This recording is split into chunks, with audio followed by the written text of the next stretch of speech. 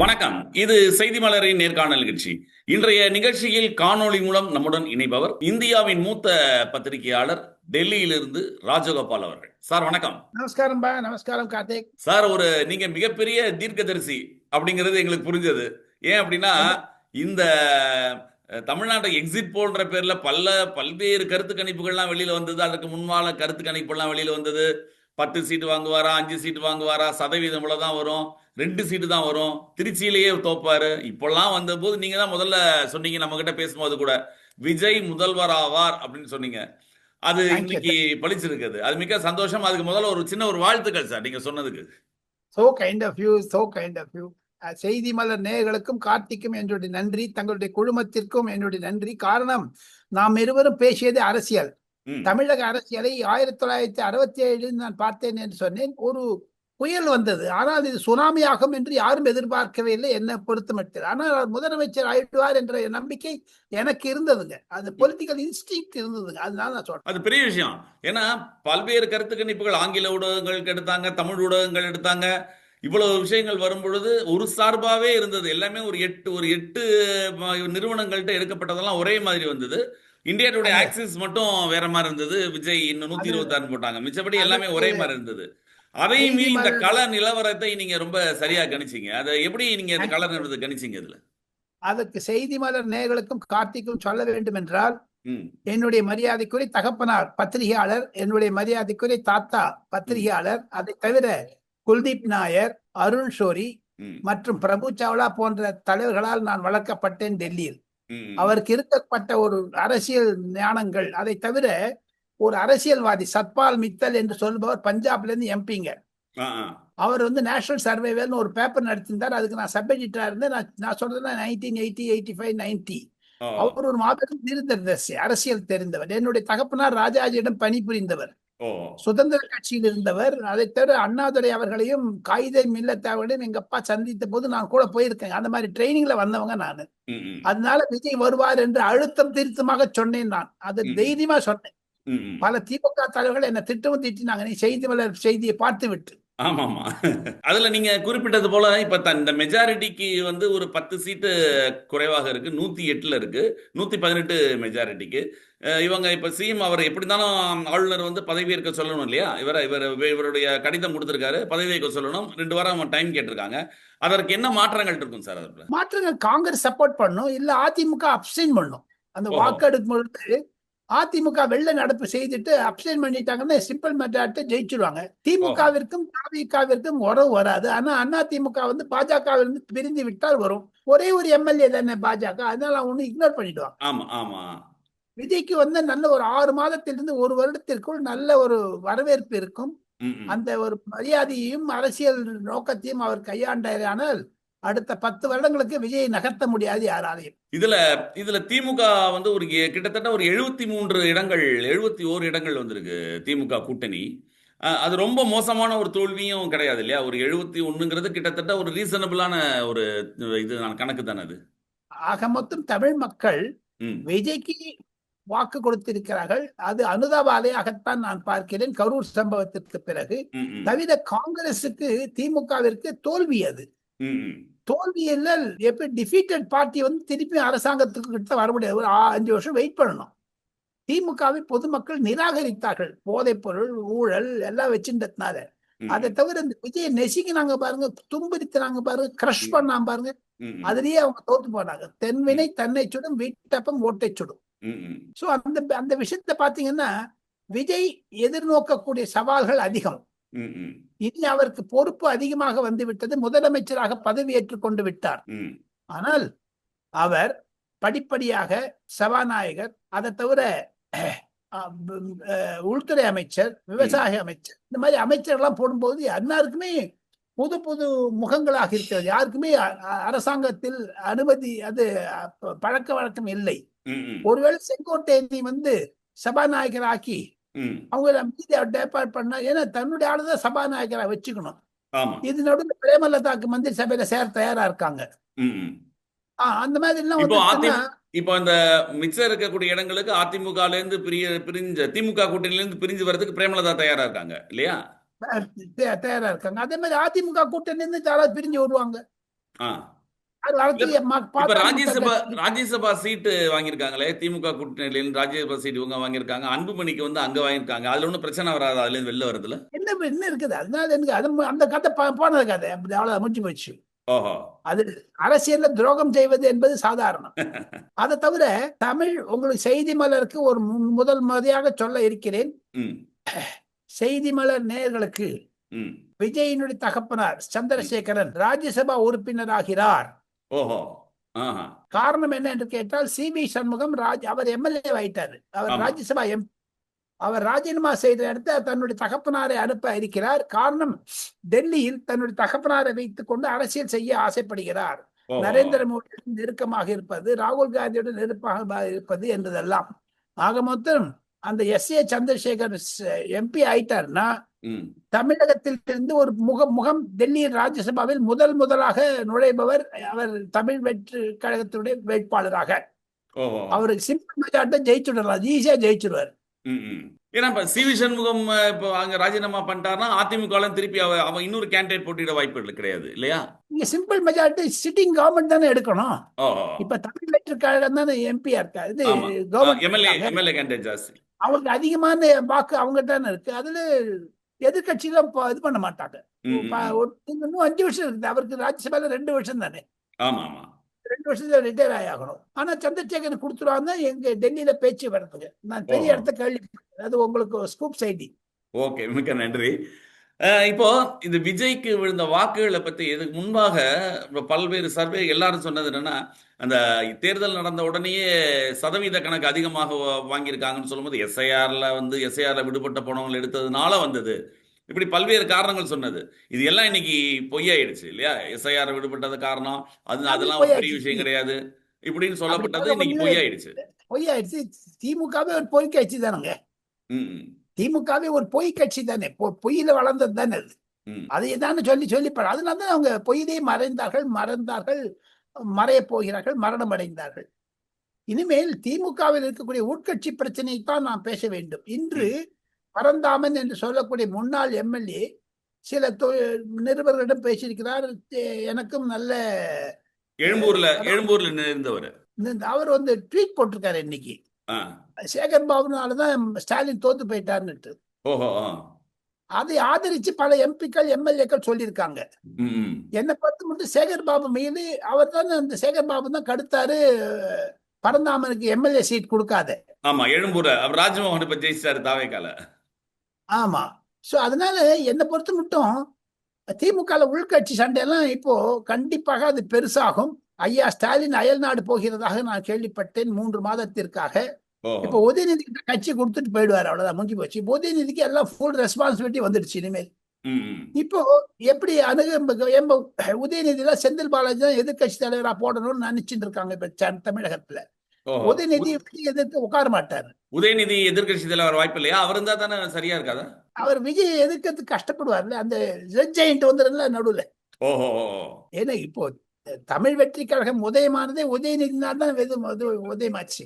ம். ம். உதயநிதிக்கும் தமிழ் வெற்றி கழக தலைவர் விஜய்க்கும் இருக்கக்கூடிய மோதல்கள் தானே உங்களுக்கு தமிழகத்தில் புது கட்சி ஆட்சி மாறியது. ஆமா, ஆமா. அந்த ரெட் ஜெயண்ட் தானே காரணம் இதுக்கெல்லாம். ஆமா, ஆமா.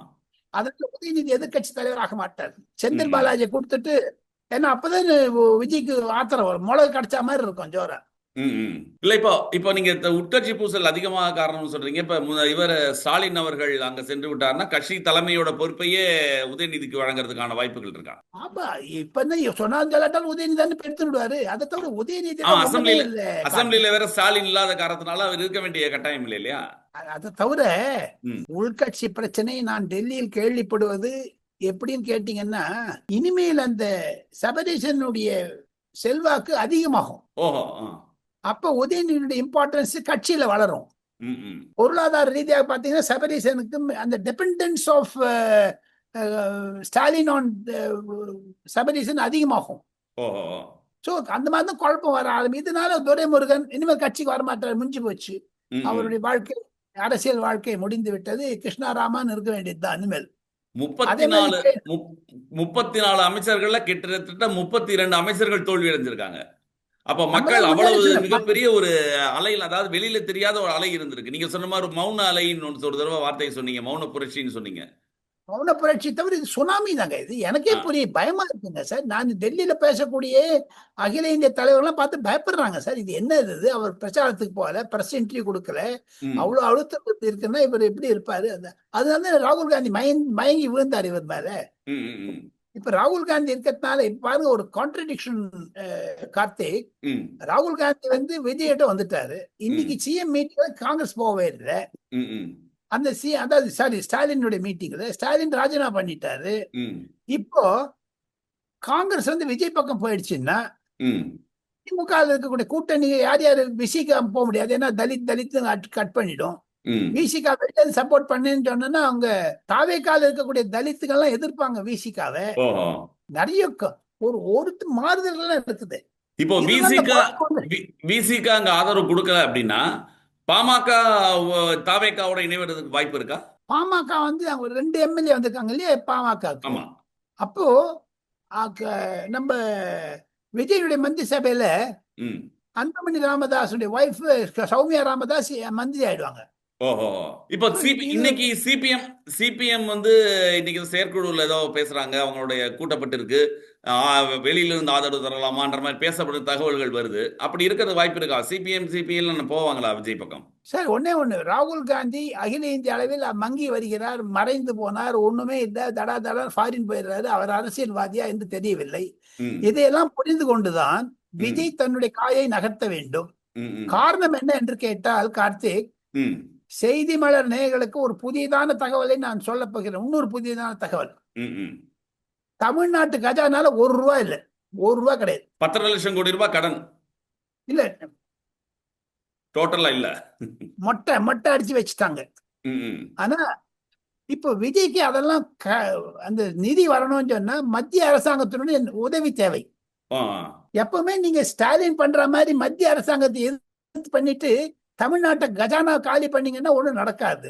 ம், ம், ம். ஆனா அதே சமயத்துல நரேந்திர மோடி எதிர்க்க ராகுல் காந்தி சப்போர்ட் பண்ணா எப்படி இருக்கும்? ஆக மொத்தம் ஒரு 2ஆம் கட்ட ஒரு ஸ்டேஜ்ல விஜய் இருக்காரு. ம், ம், ம். either there nor there. ம், ம். So இதெல்லாம் ஒரு யோசிச்சு பார்க்கணும். அவர்கிட்ட அரசியல் தலைவர் யாருமே கிடையாது ஆ, விஜய் கிட்ட. இப்போ உதாரணத்துக்கு சொல்லணும்னா, நான் வந்து 45 வருஷம் பார்லிமெண்ட் கவர் பண்ணியிருக்கேன். ஒரு 8 பிரைம் மினிஸ்டரோட, 5-6 பிரசிடென்ட்டோட, 5-6 வைஸ் பிரசிடென்டோட ஃபாரின் போயிட்டு வந்திருக்கேன். அதே பிளேன்ல பேசி பழகி எல்லாம் தெரியுது நம்மளுக்கு. ம், ம், இது நடந்தா அது நடக்கும், அது நடந்தா இது நடக்கும்னு நம்ம யூகிக்கலாம். ம், ம், இந்த மாதிரி ஒரு பத்திரிகை தொழில இருந்த ம். எனக்கு தடால்னு ஒருத்த வந்து நான் பத்திரிகையாளர்னு ஆக முடியாது. ம். தடால்னுட்டு அதுக்கு ஒரு you have to graduate your self. மெது அதுல இது தலைமை நெரிச்சு போனது அதுல தானே. ஆக மொத்தம் இதெல்லாம் பாத்தீங்கன்னா விஜய்க்கு ஆலோசகர்களா வைச்சு கொண்டதான் நல்லா இருக்கும். ம், ம். இந்த நான் சொன்ன பாயிண்ட் இருக்கு பாருங்க. நரேந்திர மோடி நேற்று பாஜகவினுடைய தலைமை செயலகத்தில் வெஸ்ட் பெங்கால்ல பாராட்டு தெரிவிக்கும் போது நான் விஜய்க்கு ஆதரவு தருகிறேன் என்று ஓப்பனா சொல்றாரு. எந்த பத்திரிகையும் பப்ளிஷ் ஆகவே இல்லை. ம், ம், ம். நான் I will self Tamil Nadu government சொல்லியிருக்காரு. ஆ, ஆ. அவர் எக்ஸ்டெண்ட் பண்ணிட்டார் பிரைம் மினிஸ்டர் தனக்கு உதவி தரேன்னு. நேத்தே வாழ்த்துக்கெல்லாம் சொல்லியிருந்தாரு. நேத்து வாழ்த்து தெரிவிச்சிட்டாரு. இப்போ அடுத்த வாரம் டெல்லிக்கு வந்து பிரைம் மினிஸ்டர் பார்க்க போறாரு, பிரசிடென்ட் பார்க்க போறாரு விஜய். ம், ம். ராகுல் காந்தி பார்க்க வரப்போறாரு. அடுத்து மத்திய உள்துறை அமைச்சரை பார்க்க போறாங்க, நிர்மலா சீதாராமனை பார்க்க போறாங்க. இதெல்லாம் இருக்கு. ம், அடுத்து ம். 10 நாள்ல இருக்குது. எல்லாம் பெரிய கொண்டாட்டம். நிறைய டெல்லிக்கெல்லாம் வந்து கலட பண்ணுவார் பாருங்க ம், ஒரேடியா. ம், ம். முதலமைச்சர் அவர் சும்மா இல்லை. இப்போ நீங்க சொல்ற மாதிரி சபாநாயகரா வந்து செங்கோட்டையனுக்கான வாய்ப்புகள் அதிகமா இருக்கும். அப்ப துணை சபாநாயகர் காங்கிரஸ் கொடுப்பாரா, இல்ல அதிமுக கொடுப்பாரா, இல்ல திமுக கொடுப்பாரா, வெயிட் பண்ணி பார்க்கணும். இல்ல அவரே வச்சுக்க போறாரா? ம், ம். இதெல்லாம் ஒரு தர்ம சங்கடமான நிலைமை. இனிமேல் தான் விஜய்க்கு ஒரு டெஸ்டிங் டைம் இஸ் அஹெட். ம், ம், ம். அவரால் இனிமேல் இந்த மாதிரிலாம், ஏன்னா அவர் கொடுத்த 41 வாக்குறுதிகளை எல்லாம் முதல் நாள் 200 யூனிட் மின்சாரம் தரணும். தமிழ்நாட்டு அரசாங்கத்துக்கு 12.5 லட்சம் கோடி கடன் இருக்குது. ஆமா, சிலிண்டர் 2000 பணம் நிறைய சொல்லியிருக்காரு. இதெல்லாம் நீங்க சொல்ற மாதிரி மத்திய அரசோட இது இல்லாம வந்து ஒத்துழைப்பு இல்லாம செய்ய முடியாது இல்லையா? அதெல்லாம் நடக்காது, கதை ஓடாது. ம், ம். சோ அதனால என்னை பொறுத்த மட்டும் ஒரு ம். இணக்கமா போனாதான் நன்னா இருக்கும். ம், ம், ம். இது நடுவில் இன்னொன்னு சொல்றேன். ம், தமிழ் வெற்றி கழகத்தினுடைய தலைவர்களிடம் நான் பேசும் பொழுது, ம். குறிப்பாக ஆதவ அர்ஜுனா போன்றவர்கள் எதிர்பார்க்கிறாங்க, இனிமேல் தமிழ்நாட்டுக்கு 39 எம்பி இருந்தாங்களே ம். வேஸ்டா தானே இருந்தாங்க இத்தனை நாளைக்கு. ம். மு.க. ஸ்டாலின் இருந்தபோது தமிழ்நாட்டுக்கு என்ன பண்ணாங்க? ம். இப்ப விஜய் வந்துட்டாரு. ஒவ்வொரு எம்பி தொகுதி கீழ இருக்கக்கூடிய எம்எல்ஏ திமுக எல்லாம் அவுட், எல்லாம் தாவேகா வந்துட்டாங்க. ம். ம். அவங்க சொல்றாங்க இந்த 39 எம்பி ராஜினாமா பண்ணட்டும், ம். நாங்க தேர்தல் வைக்கிறோம். விஜய் வந்துடுறாரு, 39 எம்பி வந்துடுவாருன்னு சொல்றாரு. ம். ம். அது நியாயமா தானே இருக்குது. Public mandate is against DMK. ம். ம். இவங்க எல்லாம் எப்படி பண்ணுவாங்க? இப்ப தயாநிதி மாறனுடைய எம்பி சீட்டுகள் 6 பேர் எல்லாமே தாவேகா வந்துட்டாங்க சென்னையில. ஆ, ஆ, ஆ. அப்ப அந்த தாவே இப்போ ஆமா. இந்த அந்த MP அந்த அசெம்பிளி எல்லாமே சென்னையில 14 இடமும் தாவேக்கா தானே இப்போ. இப்ப அந்த மாதிரி இருக்க சமயத்துல எப்படி டிஎம்கே எம்பிஸ் நம்ம தாவேகா முதலமைச்சர்கிட்ட போய் இது சொல்லுங்க அது சொல்லுங்க சொல்ல முடியும்? ஆ, ஆ. பொதுமக்களுக்கு ஒரு ஒரு வசதிகள் செய்து கொடுக்க முடியாது, டெவலப்மெண்ட் நடக்காது. ம். ம். ஆக மொத்தம் அந்த 39 எம்பி ராஜினாமா செய்யணும். இது திமுக அரசுக்கு விரோதமான செயல் என்பதுதான் பல ஆதவ அர்ஜுனா போன்றவர்கள் கருத்து தெரிவிக்கிறார்கள். ம். ம். இது திமுக இந்த பக்கம். அதிமுக இவ்வளவு குறைவாக வாங்குவதற்கான காரணம் என்ன நினைக்கிறீங்க சார் நீங்க? அனைத்து வாக்குகளும் இந்து வாக்குகள் விஜய்க்கு போயிடுச்சுங்க. கிறிஸ்டியன் ஓ. வாக்குகள் விஜய்க்கு போயிடுச்சு. அதிமுக நல்லா செஞ்சாரு எடப்பாடி பழனிசாமி. அவருக்கான முடிஞ்ச மட்டும் அவர் ஹி ட்ரைட் இஸ் பெஸ்ட். அதுல சசிகலா வாக்குகள் மற்றும் டிடிவி தினகரன் வாக்குகள் அதிமுகவுக்கு வரல. ம். ம். இது நடுவுல காங்கிரஸ் வாக்குகள்லாம் திமுகவுக்கு போகல. ஆ, ஆ. திமுக வாக்குகள் காங்கிரஸ்ல 22 பேர் தோக்கடிச்சாங்க திமுக வேண்டும் என்று. ம். ம். இதெல்லாம் இன்னும் கொஞ்சம் கொஞ்சமா வெளில வரும் பாருங்க. ஆ, ஆ. இப்ப அதிமுக பொறுத்த வரைக்கும் உட்கட்சி பூசல் கண்டிப்பாக இன்னும் அதிகமா இருக்கும் இல்லையா? ஏன்னா ஏற்கனவே ஒரு 10 தோல்வி பழனிசாமின்னு சொல்லி ஒரு பேர் அவங்க எல்லாம் சொல்றாங்க.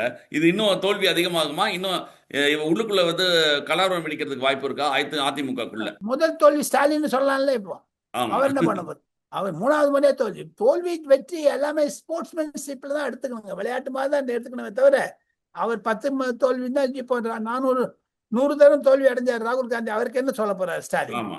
ஏமாத்தங்க இதெல்லாம். கட்சியில ஒண்ணுமே இல்லை பாருங்க. நம்ம தமிழ்நாடு விவாதிக்கும் பொழுது ஒரே ஒரு டீவியேட் பண்ணி உங்களுக்கு விஷயம் சொல்றேன். ம். 3 மெம்பர் இருந்தாங்க சார் ம். 2006ல. 2011ல 20 பேர் ஆனாங்க. ம். 2021ல 77 பேர் ஆனாங்க. 2026 வெஸ்ட் பெங்கால்ல ம். 206 எம்எல்ஏ வந்திருக்காங்க பிஜேபி. சும்மாவா? ஆமா. அந்த மாதிரி சின்னதோ பெருசோ திமுக தோல்வியோ இது எடப்பாடி பழனிசாமி நாளைக்கு முதலமைச்சர் ஆகலாம். யார் ம். கண்டாங்க? அது இப்போ விஜயினுடைய பர்ஃபார்மன்ஸை பொறுத்து இருக்குது. அடுத்த 5 வருடத்தில் இப்போ பாருங்க, விஜய்க்கு இன்னும் 2.5 வருஷம் நரேந்திர மோடியுடன் கைகோர்த்து இருக்கணும். ம். ம். அரசாங்கத்தை இவர் நல்லா நடத்தின பார்லிமெண்ட்ல தோத்து விடுவாரு. ம். 2029ல ஒரு தர்ம சங்கடமான நிலை இருக்கிறார். இதையெல்லாம் விளக்குவதற்கு காரணம் என்ன என்று கேட்டால், தமிழ் வெற்றி கழகத்தில் இருக்கக்கூடிய ஊழியர்கள், செயலாளர்கள், ஈவன் தமிழ் வெற்றி கழக தலைவர் விஜய்க்கு கூட இது பாடமாக இருக்கும். ம். ம். இந்த மாதிரி பிரச்சனை எல்லாம் இருக்கு. சேலஞ்சஸ் பிஃபோர் விஜய்னுட்டு இதெல்லாம் வரும். கண்டிப்பா. அது நம்ம பொதுமக்கள் விவாதிச்சுங்கன்னா விஜய்க்கு அரசியல் தெரியுது. ம். ஆனா அரசியல் பண்ண முடியாது அவரால. ம். ம். இதுல இந்த தடவை இந்த விடுதலை சிறுத்தைகள் கட்சிகளுடைய வாக்குகள் எல்லாம் தாவேக்காக்கு மாறும்னு முதல்லயே சொல்லிட்டே இருந்தாங்க. அது மாதிரி நடந்திருக்கா அந்த தடவை? நானே உங்ககிட்ட சொன்னேன் கார்த்திக். ஆமா. காரணம் என்னன்னு கேட்டீங்கன்னா, ம். இந்த தலித் அரசியலை வைத்து ராஜநீதி பண்ண முடியாது, பாலிடிக்ஸ் பண்ண முடியாது நீங்க. ம்.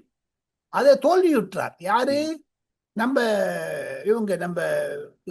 தொல் திருமாவளவன். ம். ம். இப்ப பாருங்க, ஆம்ஸ்டர்டாம் கொலை வழக்குல ஏன் வாய் மூடின்னு இருக்காருங்க அவரு? இனிமேல் அது பெருசாகும் பாருங்க. ம். ம். ம். அவர் அந்த அம்மா ஜெயிச்சிட்டாங்களா இல்ல வெற்றி கொடி? இல்ல, அவங்க தோத்துட்டாங்க. தோத்துட்டாங்க. இப்ப இன்னும் பிரச்சனை அதிகமாகும். இப்போ லாட்டரி சீட்டுக்கு 3 பேர் வந்துட்டாங்க உள்ள. ஆமா, அவங்க 3 பேருமே எம்எல்ஏ இப்போ. தமிழ்நாட்டுல லாட்டரி சீட் வந்துடும். அப்போ ஆ. அதுல பணம் எல்லாம் பார்ப்பாங்க, அதுல ஊழல் நடக்கும். இதெல்லாம் எப்படி அரவிந்த் கெஜ்ரிவால் நல்லா வெற்றி அடைஞ்சு சமாளிச்சு தோத்து போயிட்டாரோ, ம். அந்த மாதிரி அதுல இருந்து ஒரு பாடம் கற்றுக்கொண்டு விஜய் அடுத்த 10 ஆண்டுகளுக்கு அரசாங்கத்தை நிலைநாட்டினால் ம். விஜயை அசைக்க முடியாத இன்னும் 20 வருடத்திற்கு. நாம் தமிழருடைய வாக்கு குறைந்திருக்கு சதவீதம் இந்த தடவை. நீங்க ஏற்கனவே எல்லாருமே சொன்னீங்க 8ல இருந்து 3.4% குறைஞ்சிருக்கு. அந்த வாக்குகளும் தாவேகாவோட வாக்குகள் தான் இல்லையா? ஆமா, அந்த வாக்கு தாவேக்கா கரெக்ட்.